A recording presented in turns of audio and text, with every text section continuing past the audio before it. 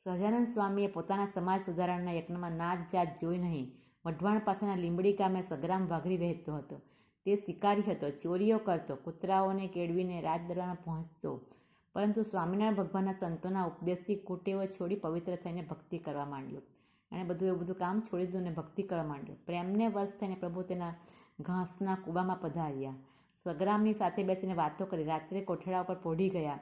સવારે બાવળનું ઝાડું દાંતણ ચાવતા હતા. આ જોઈને બ્રહ્માનંદ સ્વામીના મુખમાંથી શબ્દો સરી પડ્યા. ભગવાન એમને પર રાજી થઈ કરીને એમના ઝૂંપડીમાં પધાર્યા અને એમની સાથે પેલા કોથળા, કંતારના કોથળા પર સૂતા અને સવારે પેલું બાવળનું દાંતણ કર્યું. ત્યારે પેલા બ્રહ્માનંદ સ્વામી તો કીર્તન રચતા હતા, કીર્તનના રચયિતા હતા. એટલે એમના મુખમાંથી નીકળી પડ્યું કે વાતલડી રોને રાતલડી, વાલા પૂછું એક વાતલડી, જેને ઘેર રજની તમે જાગ્યા, કોણ હતી એની જાતલડી, વાતલડી રોને રાતલડી.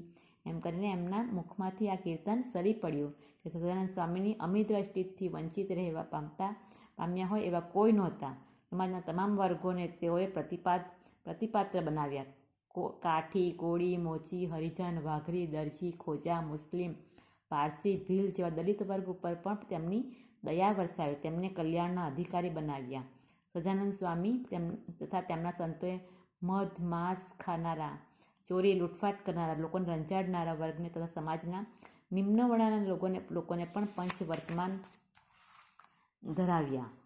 પંચવર્તમાન એટલે કે દારૂ, માંસ, ચોરી, વ્યભિચાર અને અશુદ્ધ આહારનો ત્યાગ. એને શું કહેવાય? પંચવર્તમાન.